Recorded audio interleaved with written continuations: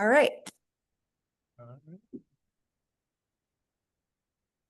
All right. So really, we want to start with just instructional coaching and acknowledging the reflective practice that it is.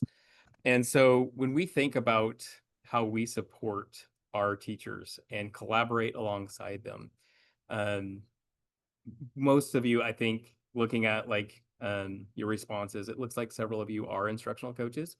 And so thinking about the challenges and barriers you face as you support those teachers in the classroom and when they struggle with student behavior or they struggle with different things.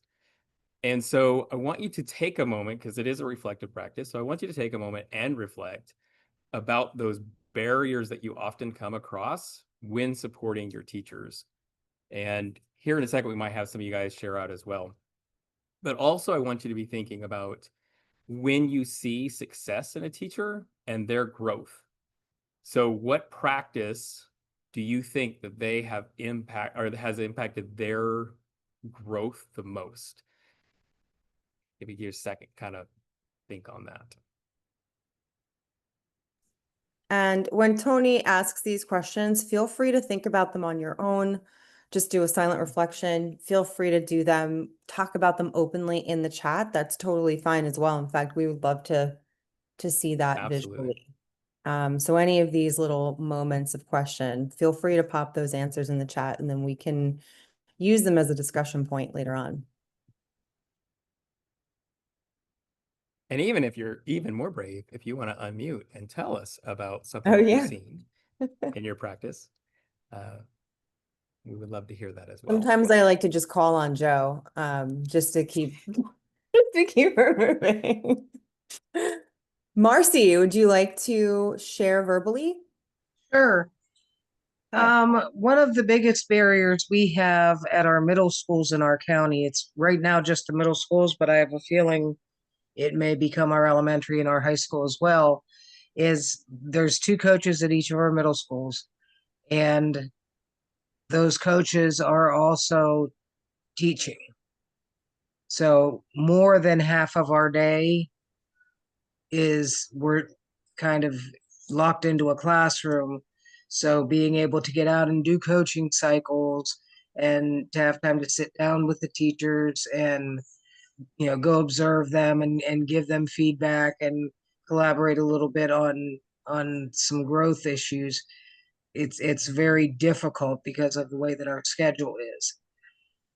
We've instituted a program called TOTS, which is Teachers Observing Teachers, where if we have a teacher who is going to be out half a day, sometimes we will employ a full day sub, and then the second half of the day, that teacher can go relieve teachers so that they can go into other classrooms to observe best teaching practices, which has been very beneficial. The teachers really enjoy being able to get out and see each other teach.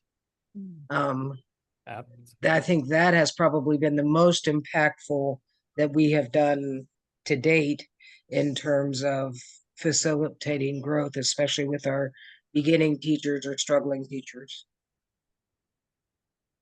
So there's a couple things that you even said in that I want to get you kind of thinking on, because when we talk about that reflective practice and as coaches trying to walk our teachers through that process, sometimes if we can help them begin to do that on their own, we can have them front load before we enter those conversations. And so that would be a very great place to introduce the mirror talk, because what you can do is you could send them a reflection based on something that you know they're working on, and they can actually have some reflective time before they ever get in the space with you. And then you're able to utilize the small amount of time you have and leverage that to higher gain. And then the other thing that you were talking about with the teachers observing other teachers, which I love, is that if you have a M2, you can actually record. And so you could set up where you're doing exemplar lessons and a teacher can be recorded, and then you can begin to share those out with some of the teachers that it would benefit. And then after they watch that video, you could actually, again, have them reflect on things that they saw. and begin to grow their practice. So because you're in such a somewhat difficult situation where you're having to split your time, these tools may actually support the very things that you're trying to lift up in the small amount of time you have to do that. Just to kind of follow up on that, I have maybe 2 teachers that have felt comfortable enough to allow us to use the Mirror Talk or the M2. Most of them are terrified of being videoed. And I keep telling them that this is non-evaluative. You know, this is a growth tool for you. I've tried everything under the book, and they are just terrified of being videoed. I don't know if they think we're going to use it against them in the court of law.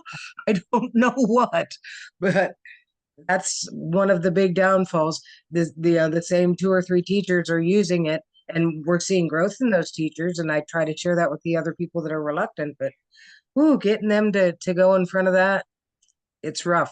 Even to, like, we've used it with some of our PLCs, and when exiting, kind of like an exit ticket, they shared something that they gained from the PLC that they plan to incorporate in their classroom. They don't even want to go on the camera and do that.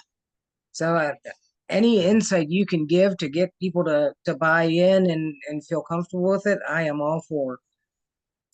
Yeah, and I think there's a couple of things you might think through, and then we'll kind of move on. But you're free to reach out to me or Sarah or anybody after this. But one thing that comes to mind is, and this is actually a benefit that you have that came to mind as you were talking, because you're in the classroom and you have students, you can be the model and you can be the one that does a lot of the videoing of Exemplar, and then you can share that out so that it becomes a practice within the building. And it's not so much if you need help, you have to video, but it's, hey, we're helping each other, and it becomes a reflective practice across the board.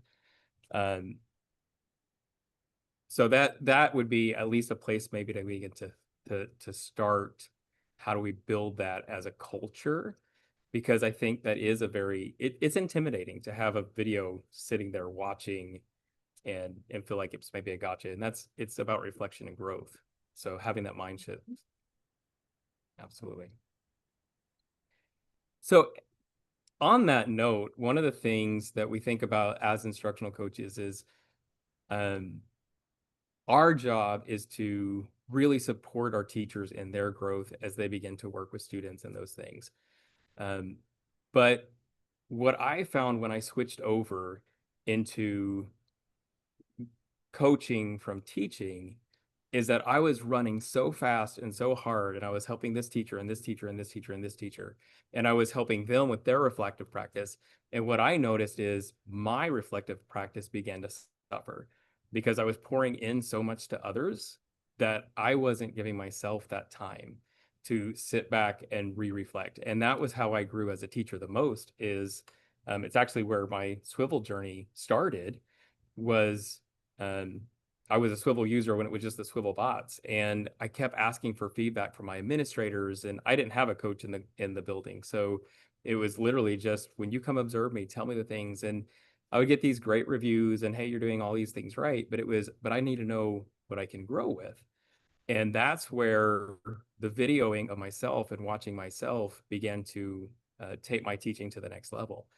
When I switched into coaching, some of that stopped because I was so intent on supporting others that I forgot to support myself. And so when I talk about instructional coaching being a reflective practice, it's a reflective practice in that we try and teach our teachers how to reflect, but it's also that reflective practice in ourselves. And so I want you to kind of, again, take a moment and reflect on, how is your reflection going? How is that continuing to feed yourself? It's so important that we give back to ourselves in this work. And so if you've kind of lost that ability, finding that again and finding that ability to get back into that reflective practice can be so meaningful to your job and how you support others.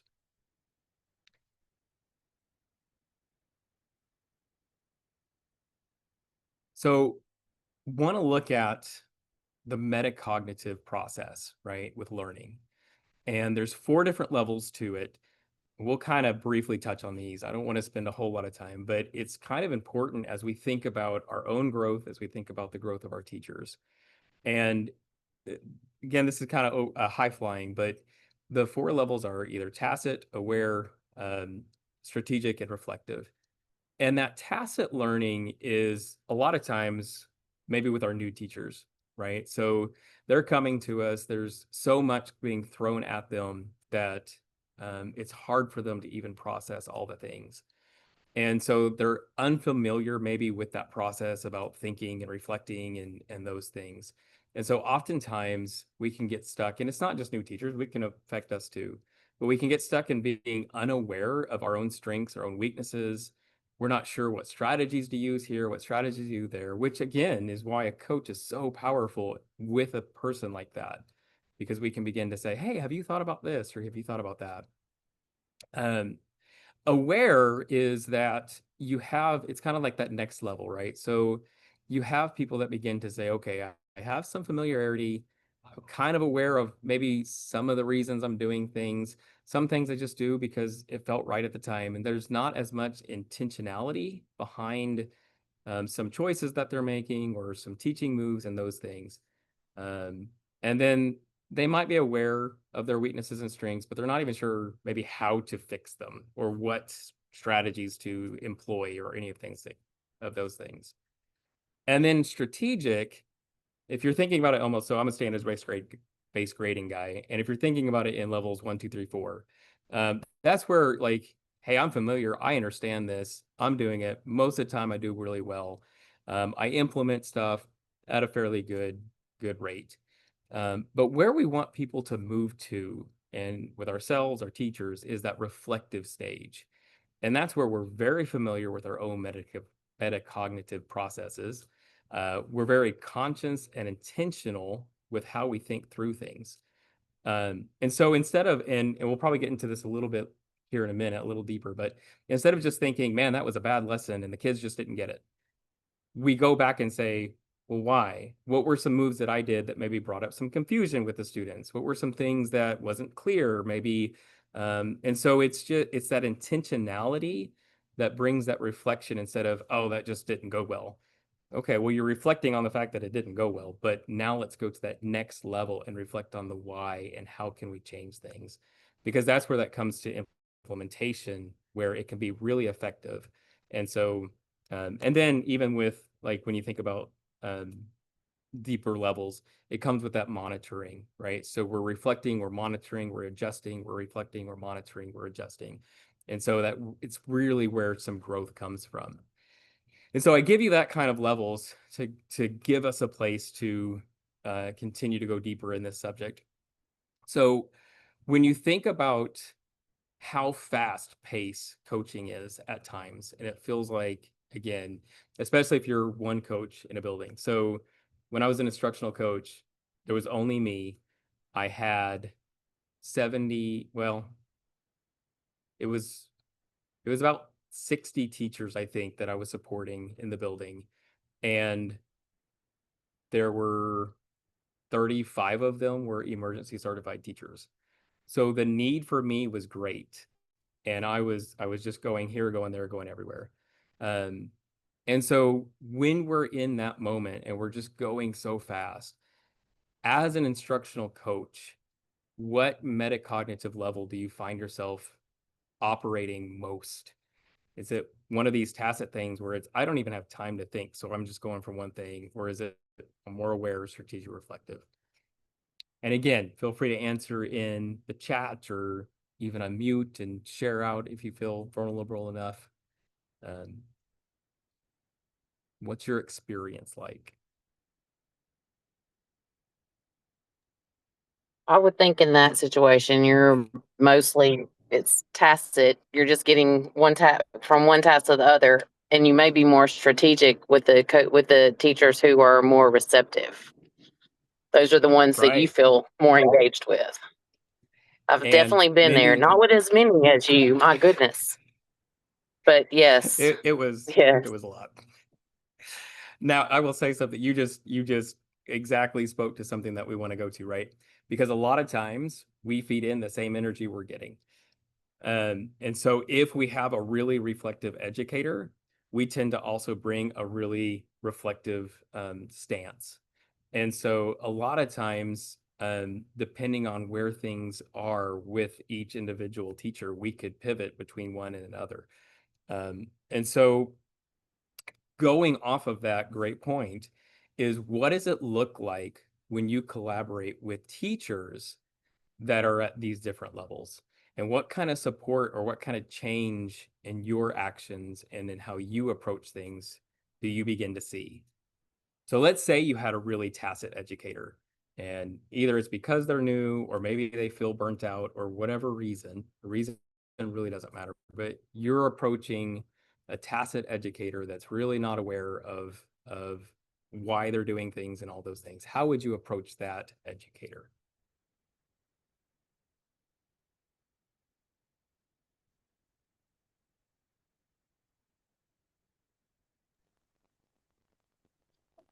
Well, in my experience, I had to get them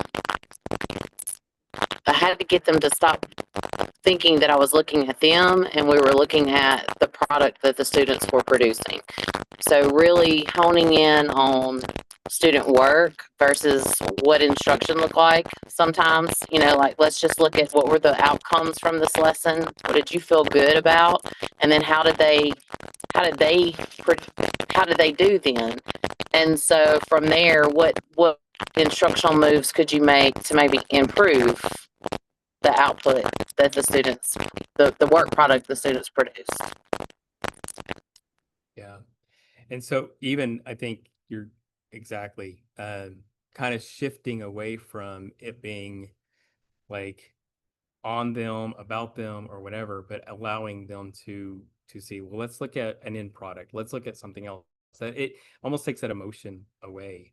And It does, yes, Marcy. because I think a lot of our teachers at that point, I'm sorry, a lot of our teachers No, at that no. point think that all kids are the same. This is what I do. I did, and it's like they don't even think about from time, especially a veteran, and they're at that burnout stage. This is what I've always done. I find that that's a Right. hard one to coach around. Yeah. And I've done it for years. Yeah. And Marcy, I agree. It's not, and I'm not asking necessarily easy questions, and I understand. And it is a tough question. And how do we help them, right? Move from whether it's I don't see the need to change, whether it's I've always done it this way and my results are fine or whatever. And again, I think for me, the biggest way to get them to make that shift is reflection. Because a lot of times they just go, right? And we do the same thing. And I have the filing cabinet that has the years and years and years worth of worksheets. And it's this lesson. I'll just go grab this worksheet. And it worked last year, so it'll work this year. And now we're 20 years in, we're using the same worksheet. And so being able to help them to maybe slow down at times and really reflect on, okay, is there a different way that you can do that instead of that worksheet? Is there a different standpoint that you can take, and allowing them that space? It's not easy, and I don't necessarily even have all the answers for sure, but allowing them to work through that process and having them reflect and giving them a safe place to do so. Marcy has her hand up. Go ahead. Yeah. We're in a unique situation in our school because we are piloting a new math program through Carnegie, which is very different than what our teachers are used to. It's very, very inquiry based. Yeah. So it provides a lot of productive struggle for our math students, which they are not comfortable with. The teachers are not comfortable with it. They want to pop right in there and show the kids how to do it and not let the kids, explore and learn. So that has kind of made a lot of teachers feel like they're maybe in the tacit, but they're not. They're just having to approach teaching from a different standpoint. So that's kind of opened the door and the mindset a little bit with our teachers, even some of our veteran teachers. You know, I mean, there was one that was just dead set against it. He said, no, this isn't going to work. This isn't going to work. And we just had to keep telling him, keep an open mindset and give it a shot. And now he's like the biggest cheerleader for our Yeah. Carnegie program that we're using. So, I mean, That's awesome. but it took us totally switching curriculums and going to this pilot for that to happen. Somebody that's been using the same curriculum for years and years and years and years and years, it's a struggle to get that kind of change to happen. Absolutely. And part of it is, it's like, as you were talking, what came to my mind is working out, right? So a lot of times we've been working out and we're doing arm workout, arm workout, arm workout. And now all of a sudden we're saying, hey, now we're going to work on legs. And it's like, well, I've never done leg workouts before and I don't know how to. And this feels weird and awkward and stuff. Even though I'm in the same environment, I'm still in the gym, I'm still working out, but it's very, very different. And so they're still like, this is so new. Yet they still have, and I think that's the balance of coaching, is even though I'm asking you to try something new, and I've had this conversation with so many of my teachers, it's not that what you did before was wrong or bad or whatever. It's, is that what's best for now? And is there a way that we can reflect on what our students currently need in this moment, and allowing them to make that shift? But it is a hard shift, and sometimes it takes, days, months, weeks, years, whatever. And just being an instructional coach that continues to help them reflect on that and continue to grow in that. Absolutely. So reflection is, for me, one of our greatest tools, and I think research bears that out as well. Not just as educators, but even like in every aspect of life, right? So reflections works best when it's intentional and when it's focused. So, and I kind of talked about this earlier, but so instead of saying, what are all the things that went wrong today and that I did wrong? And when we had that conversation, all the things that I said and how it came out wrong and all those things, or the whole day, instead of being reflective on that high of a level, really bringing it down and saying, okay, in that last conversation, so if I'm talking about it from a coach's standpoint, in that last coaching conversation, how well did I really listen to what the teacher was saying versus trying to formulate my next response and having the right answer? I know when I first became an instructional coach, it was a shift in that I felt like they were coming to me because I had the answer. And there's almost a pressure to give an answer, even if you're not sure. And it took a while and took some maturing on my end to say, I don't know what the best thing is. And so being able to just give yourself space, let me go research that out. Let me go look for some resources for you, and we can sit down and look some stuff up together. Instead of just always trying to think, how am I going to answer this question? How am I going to respond to this person? And so being able to, when we reflect, get it down to those finer details of what went wrong and why. Watching the chat too. Okay, so let's talk about a scenario.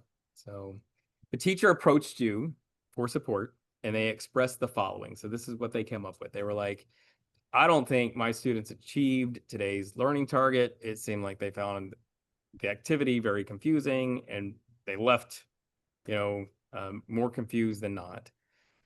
Think about how you might ask a reflective question, not tell them, not drive them, not, any of those things, but ask a reflective question that would help them begin to work through that process.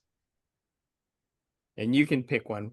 I don't know that we'll go through all of them, but pick one of them, either tacit or aware, strategic or reflective. And how would you draft? Because it's going to be different depending on what level they're at.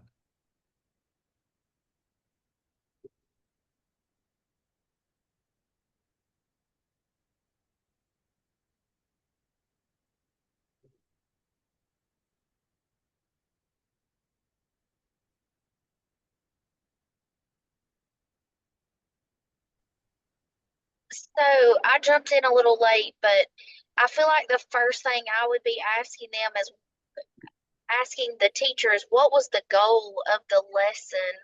What were you trying to accomplish? And then it's, for me, the coaching side of it is more about just asking, like not giving them any advice, but just keep asking them the questions and trying to get them to give the answers, because they really don't want to answer from me. You just got to lead them to figure it out. Absolutely.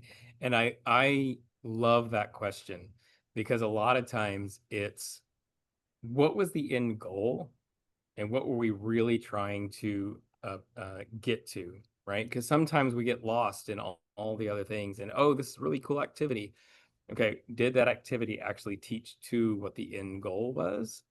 Or was it something that they were misaligned, or all kinds of things? So being able to have them back in reflection mode on what is the goal of actually that lesson or that learning target. And then it could even be different, or it could even bring out even more in-depth conversations, such as, well, I'm not sure. This is how I understand the learning target. And now as a coach, you have an opportunity to say, well, let's look at that learning target together and see if that's really what it's asking. Because sometimes they might think that they're talking exactly to the learning target and teaching to the learning target, but all of a sudden, when you begin to peel back that onion, maybe they were misguided a little bit in what they were trying to get to.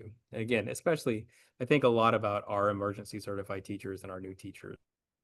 And so sometimes having them reflect on the main purpose and seeing if it's actually aligned is a way to get them to where they need to be.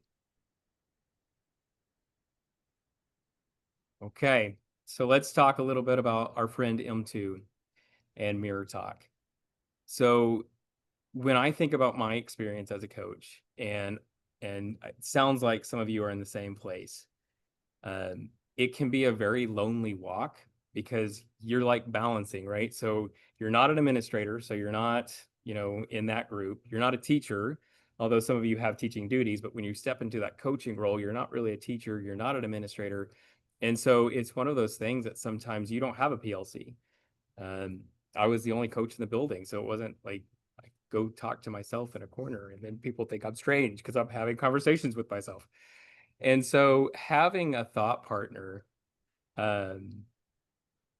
be able to, go through that and give even like ideas and suggestions and those things. And so sometimes we need help, even when we know our content and we know teaching strategies and we know those things. Sometimes we need that help to reflect.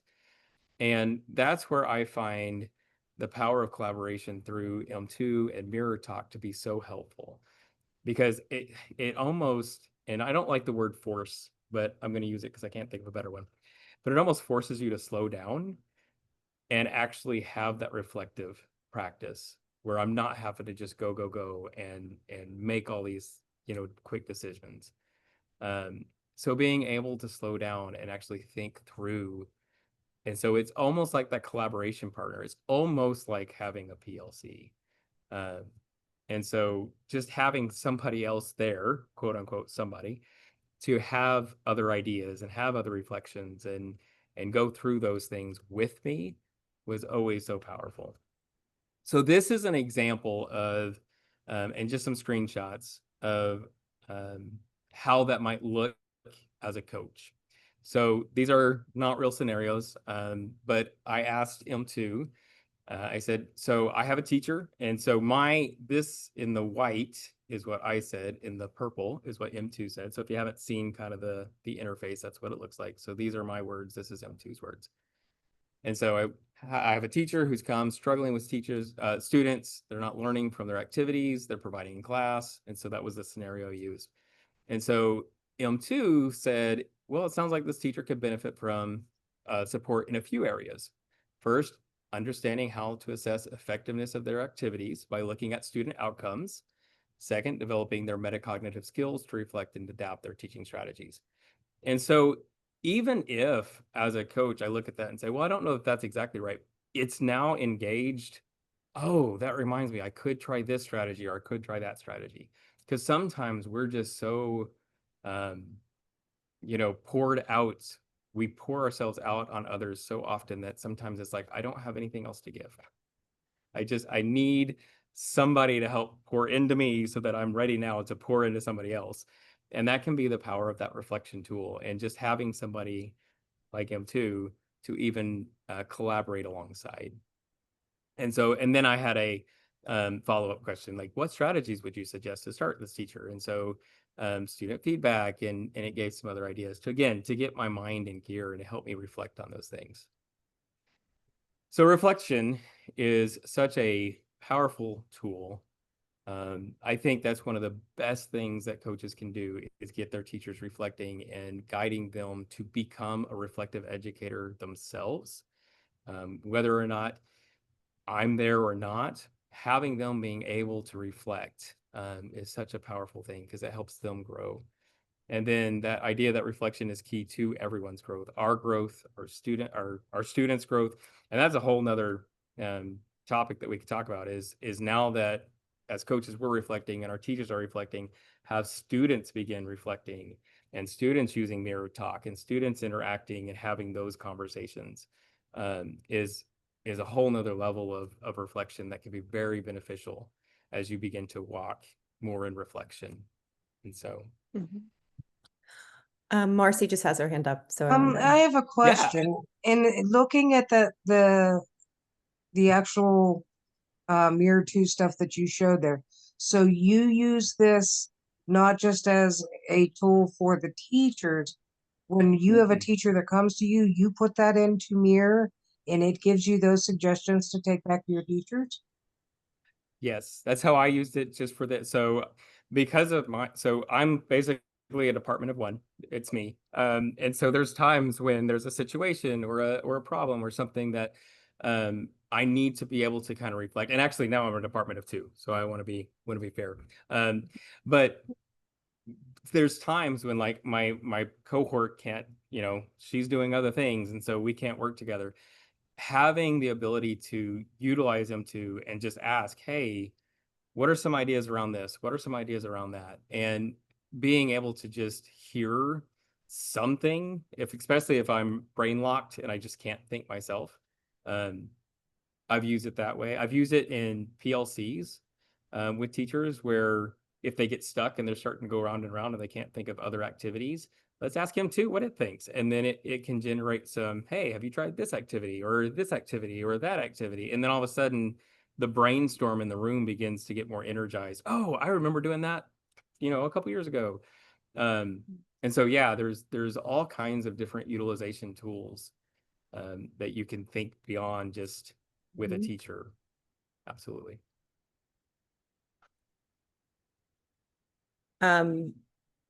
Sorry, go ahead. Finish. I think you're finishing up, right, Tony? No, you're good. Totally done? Okay, cool. Yeah. I wanted to add, as some of the things that everyone was saying, and I was reading through the chat as we were going along, and some of the things that Tony is just talking about were sparking things that I could and wanted to share with everybody. So I just put a whole bunch of stuff in the resources tab. Some of them related to things people were actually asking for, and I'm like, oh, we can help you with that. Oh, I have something that can help you with that. So first of all, I just wanted to, the first thing you'll see in there is a little link to a little form. I don't know why I called it a little link. It's just a link, but it's a little form that if you are one of the 5 or so people that have never tried M2 and you do want to try it for free for a couple of weeks in your school, we have a form that you can fill out that will allow you to have a meeting with someone on our team. It would either be me or somebody from our customer success team, and they would set you up with a demo device that you would try for a couple of weeks and kind of train you on what the tech looks like and how it works. And then that would be something that you could do and then send it back, and we would give you shipping labels and all that stuff. So that's there, that form. Joe says you need to do it. And what Joe says, we follow. Yes. Second, that's how everybody got started here, for the most part, unless they were a Mirror Talk user before we even really had a real, the hardware really didn't do what it does today at that point. So a lot of people came in through just doing reflection and really latching onto that. Secondly, I'm linking to some new things that we have just launched this fall that I want to get more visibility for. So the resources and training section of our website is now like constantly being updated with just new stuff, worksheets, PDFs, guides, things to jumpstart how to train yourself or to train your department, or new teachers on just how to use M2 or how to get started with Mirror Talk if you're looking to kind of just start with reflecting if you're new. It also will, when you do click on that tab, it will open to the first thing you see on that page is our levels 1, 2, and beyond certifications. Those are brand new that I just was working with our team to get those set up for the fall so that people can start self-training, becoming experts on not just how to use M2, but also how to go into those insights that Tony was showing on the screen, some of those insights and feedback, and how to read those and use those well for your own planning. So we go through those all of that in our levels 1, 2, and 2+ certifications, and a leadership certification is coming soon. How to use M2 and Mirror Talk as a school leader. That's going to be our final course. So please dive in and take those no matter where you are at your journey. I would love to see some more people jumping into those experiences. And that's also how you can have an opportunity to become an ambassador if you so wanted to. Lastly, not lastly, but I also linked to our user stories where you can read a whole bunch of stuff about the kinds of work that educators are doing across the spectrum. And also our latest blogs are there of the kind of narrative that we're thinking about regarding M2 and its place in your school community. I also put a link there for you to join our digital community. Tony's in there, Joe is in there. Andrea, who jumped in late, she's also one of our M2 mentors. She's in there as well.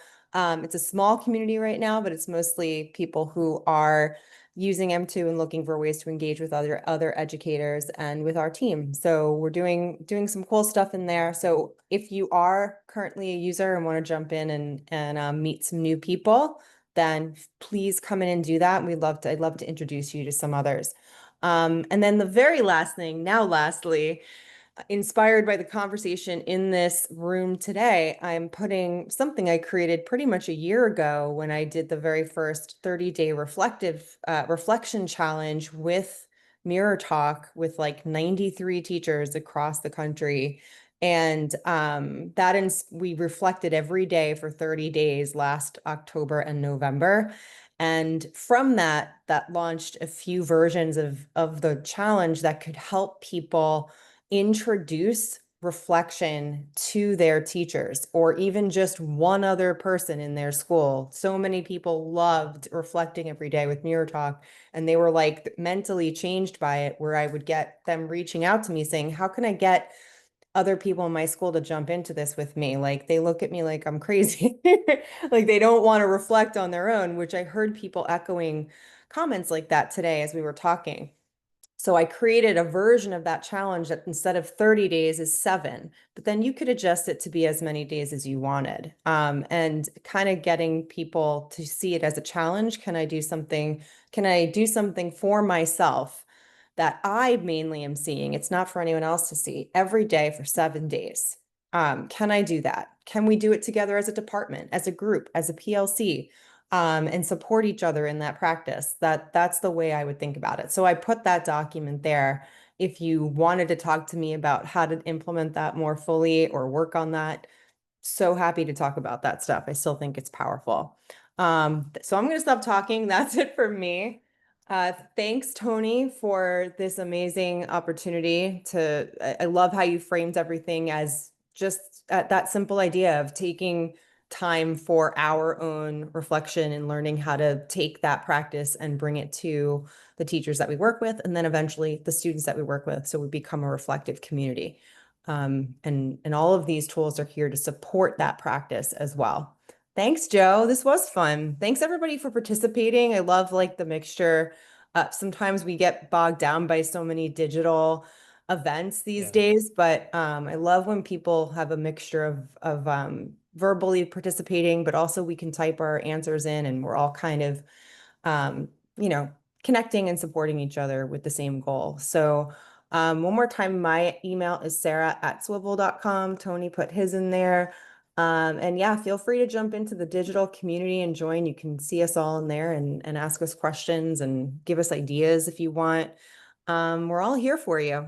And keep in touch with our new events that are coming up. We have events every week now this fall. So thanks, everybody. Thank you, Thanks guys. for coming. I'm going to